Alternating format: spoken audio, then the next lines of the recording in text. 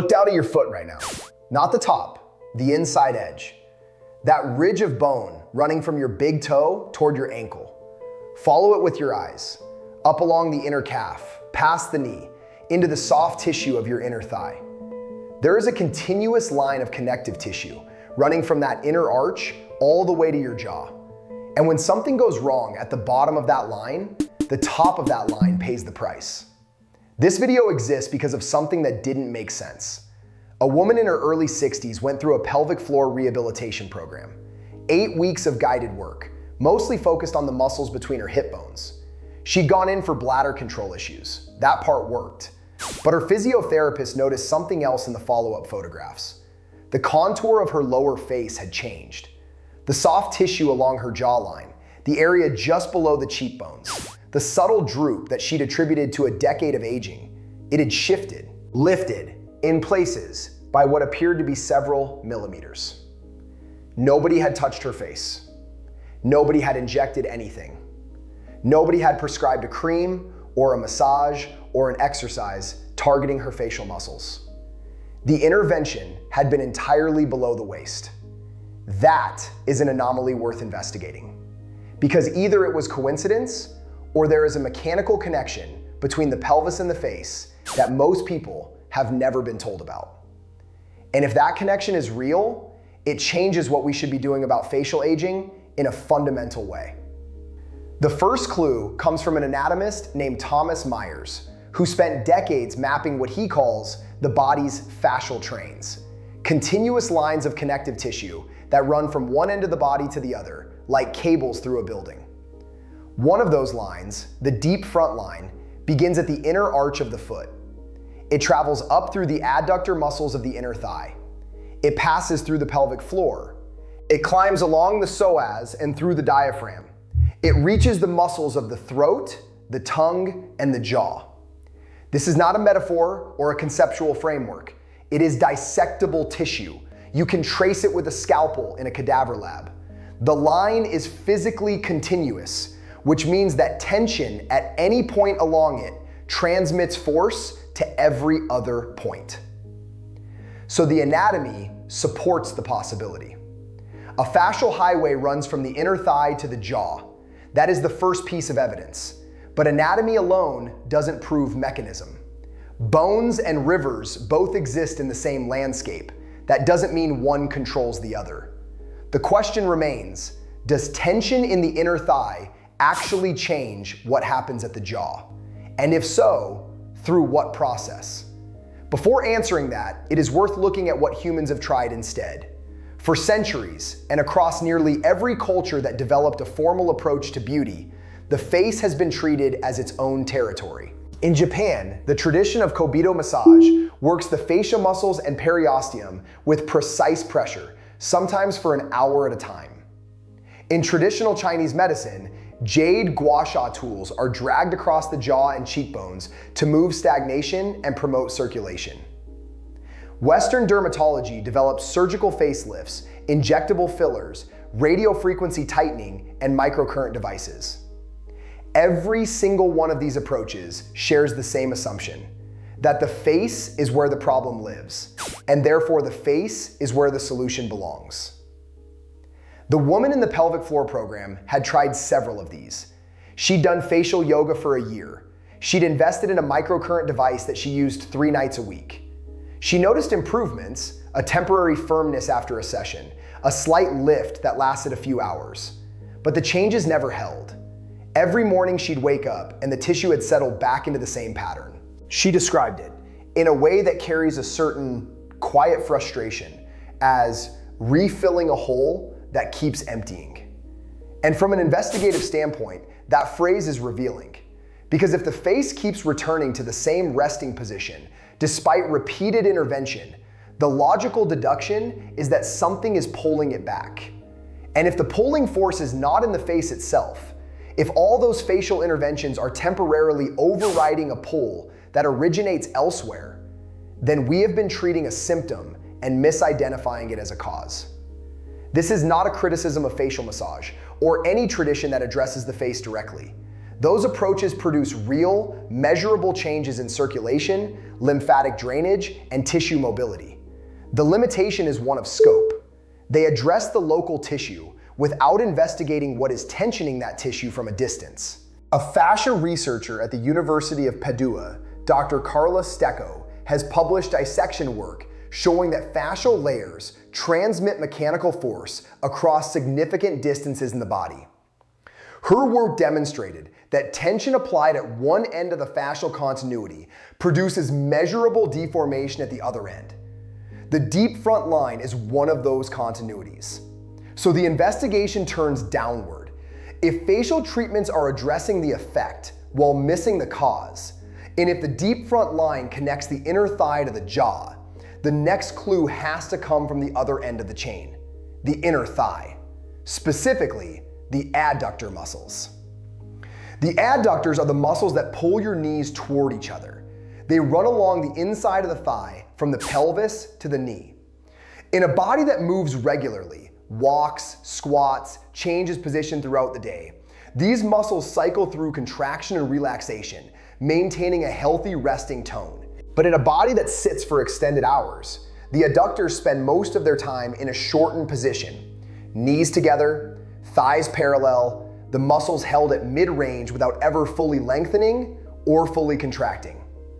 Over months and years, this changes their baseline. The muscles adapt to the shortened position. Their resting tone shifts. That shift does not stay local. The adductors attach to the pubic bone and the ischium, the same bony landmarks where the pelvic floor muscles attach. When adductor resting tone changes, pelvic floor tension changes with it.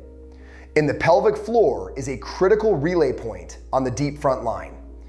It is the junction where lower body tension becomes upper body tension, the place where forces traveling up from the legs are transmitted into the trunk and eventually the neck and jaw.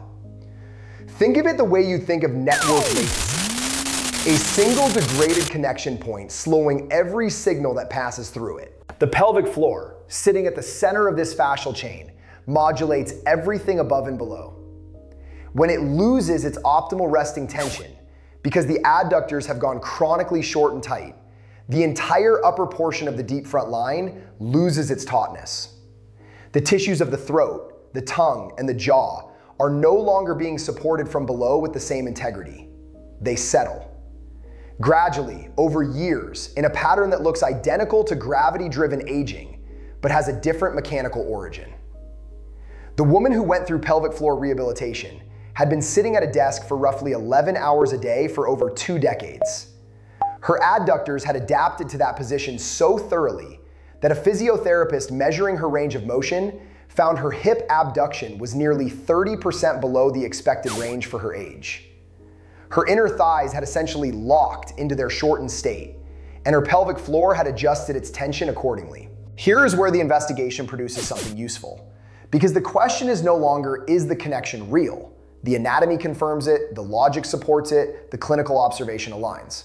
The question becomes, what resets the chain? Stretching the adductors helps, but stretching primarily affects the muscle's length, not its neurological resting tone.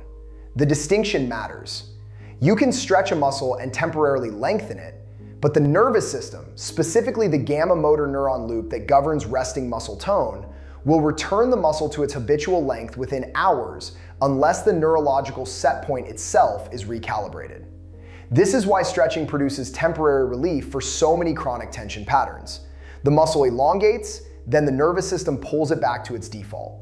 Like restarting a single application when the operating system itself needs a reboot. An isometric contraction, a squeeze held at moderate intensity without movement, does something different. It engages the muscle at a sustained level that activates the Golgi tendon organs, the sensory receptors embedded in the tendon that monitor force. When the Golgi tendon organs detect sustained force above a certain threshold, they trigger an inhibitory reflex that reduces the muscle's resting tone. This is the reboot. The gamma motor neuron loop resets to a new baseline. The muscle doesn't just temporarily lengthen, its nervous system recalibrates what resting means. And when adductor resting tone resets, the pelvic floor responds.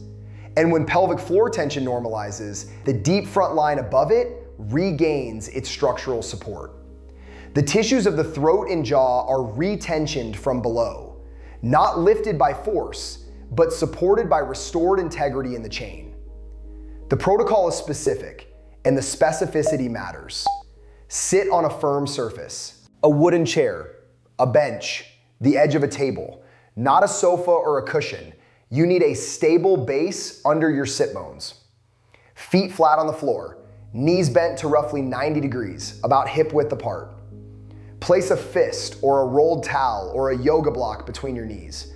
The object should be firm enough that you can squeeze against it without it collapsing. Squeeze your knees together against the object at about 60% of your maximum effort. This is not a strain. It should feel like a sustained, moderate engagement. Enough that the muscles along your inner thigh are clearly working, but not so much that your breathing changes or your jaw clenches. If your jaw tightens during the squeeze, reduce the intensity. The jaw tension means you've exceeded the threshold where the Golgi tendon organ reflex can operate optimally. Hold the squeeze for 90 seconds. During those 90 seconds, breathe on a 4-6 pattern. Inhale through the nose for 4 counts, exhale through the mouth for 6 counts.